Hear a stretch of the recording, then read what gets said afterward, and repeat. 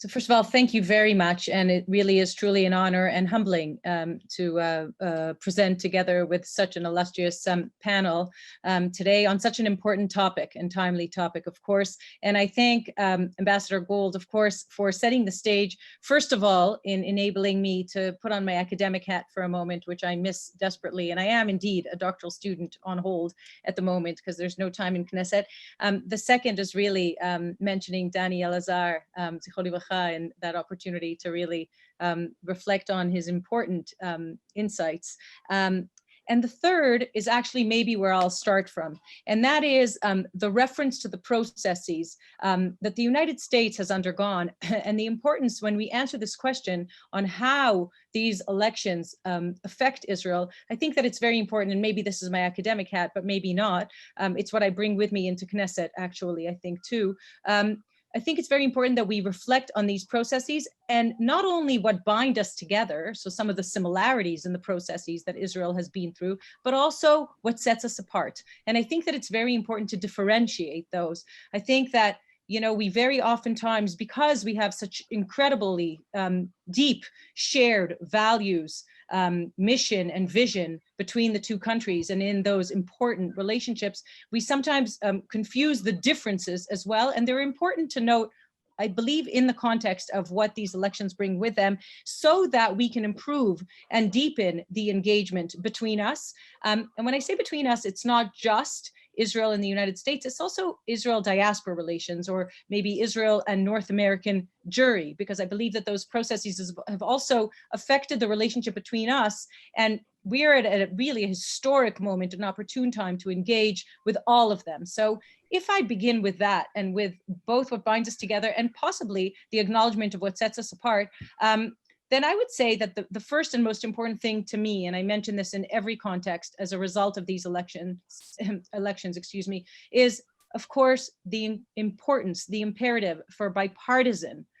collaboration and continued engagement in between Israel and the United States, in truly advancing our shared values, because they are there, and the politicization of those shared interests or values and their personalization actually undermine our ability very often to work together. So when I reflect on, you know, the changes, and again, you know, President-elect Biden and Vice President-elect Harris, who it's also noteworthy, the first Vice President of the United States as a woman,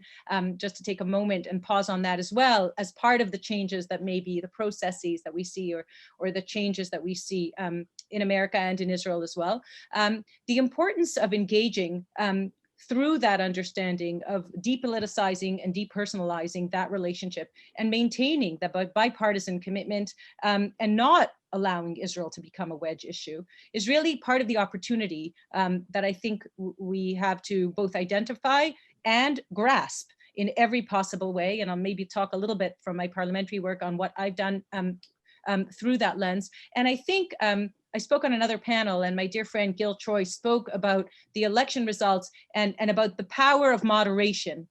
And not only did I reflect on the importance of course, of his observation regarding the power of moderation, but really where it takes me as an Israeli politician is to the responsibility of moderates. And perhaps if we focus on the responsibility of moderates and engage in that responsible way, then I'll bring a few of the issues that I think highlight the way forward. So the first is, of course, the imperative to note the historic, well, potentially historic, at least, I would say, potentially end to the Arab-Israeli conflict as we know it. And we would be remiss if we didn't mention it in this context as well. And the reason for its potential, although we have had, of course, peace agreements with other countries, but the reason that there is a sense that there is a possible real potential for a shift, or the way that I at least analyze it, is this pivot away from rejectionism to normalization, but through a process of what I call the shift away from the 3 no's of Khartoum 1967, no to recognition, no to negotiation, no to peace with Israel, to the 3 yeses. Yes to recognition, yes to negotiation, yes to peace with Israel. And I would say in that order, if I may, because I believe and I think that the fundamental paradigmal shift that we can observe is the first step towards peace and reconciliation and prosperity in the region or anywhere is recognition. It's a first step. It sounds so basic, but the recognition of the other's right to exist, in this case, the right of Israel to exist as a Jewish and democratic state that it was founded to be 72 years ago, that's no small task. And there is something in the, I would say, the wings of history, or the flapping wings of history, that we have felt over the last, and I spoke in the plenum when the UAE agreement was ratified, and then Bahrain. In fact, Bahrain, not only did we ratify an agreement, and Sudan, of course, is in the works, but Bahrain also adopted, and this is very interesting, not officially, but an institute within Bahrain, and adopted the IRA working definition for anti-Semitism. When I think of recognition, which enables negotiation, which paves the path to peace and prosperity, and the fundamental understanding that the IRA working definition, including the 3Ds, delegitimization, demonization, and double standards towards the state of Israel, highlights the way or shines the path forward, I would say, to peace with all peoples, with all countries that are willing to go through that transition, or able to, identify that transition. And again, I say peoples purposely, and not necessarily leadership, because it may require a transition of leadership. And here I would say that the bipartisan relationship between the United States and Israel are not only a responsibility, or not only an opportunity, but a responsibility. Because when we speak about the responses to this, historic pivot or change, we also look at the countries and the variants of I'd say, both complete rejection of this transformation or transition, and also the vehemence with which it's spoken. And I speak directly about Iran, of course. And I think that the United States has a very critical role, whether we re-enter JCPOA or not, and in what format. And I'd like to speak to that for a moment and say the following. Renegotiating the JCPOA requires a whole new understanding of what was missing, and we know already what was not held, Iran was not held to account for, and also the widening of the lens from strictly the issues that the original JCPOA held, to what I would call a redefining of what we have to hold to Iran to account to, whether it's human rights violations, whether it's what we know about the rights of women and the rights of journalists. And I think that the United States also has to, in many ways, hold Iran to task for issues that thus far, even if we were just to reissue the same, or the need for accountability and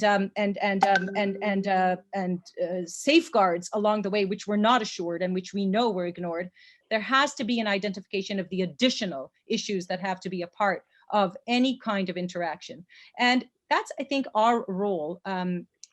that bipartisan relationship and engagement of bringing this to the fore, and maybe in many ways exposing the double standards that have thus far enabled, and I would say empowered, the culture of impunity of the Iranian regime. And from there, I would move on to, the area at large and the region, because if we talk about enabling the culture of impunity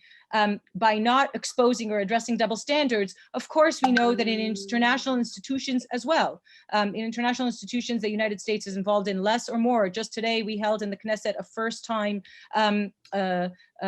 informative session for MKs regarding the ICC, actually based on my appointment as the official representative in the Knesset to the issue, not to the ICC, but to the issue of the ICC internally in Knesset, and in our engagement with parliamentarians around the world. And we do have many of those opportunities to engage. And I really want to hear much more from you, but I would say, in addition to understanding the imperative to address that double standard, I think that there is something to be said for the engagement with international law, or what I would call the imperative for the state of Israel to rise from the docket of the accused by reaffirming international law and utilizing the language of rights, the lingua franca of the rest of the world, and making accessible the case and cause of the state of Israel that comes into play. And I would say it's been a long process, but it comes into play or is highlighted by many, many cases. I'd be remiss if I didn't mention one here, also because of the United States involvement. And that is a case that I have actually along the way, had the privilege of assisting the families of 2 deceased soldiers and 2 Israeli civilians held in violation of international law, standing violation of international law and morality, of course, to which an international humanitarian ceasefire, to which the U.S. was actually brokered, and to which the United States was actually committed to. And so, as we engage with the imperative to expose double standards and address double standards, while at the very same time, the state of Israel is expected and actually expects itself to grant and give humanitarian aid, well, the involvement with the United States really lends itself to the ability to, based on our shared values, based on our shared commitment to human rights and to international law, really bring to the fore the issues that enable us to expose and address those double standards, as I would call them. And finally, maybe I would just speak just a little bit about the possibility for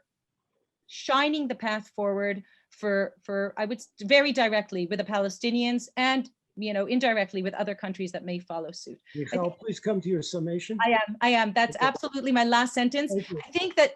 if the United States was able to continue in this bipartisan collaboration, understand the fundamental paradigm shift that has occurred, then that would empower all parties, all peoples in the region to be able to use this momentum in order to really, I would say, expand the possibility of peace and prosperity for all peoples in the region and beyond. So thank you for the opportunity. I look forward to engaging with everybody else.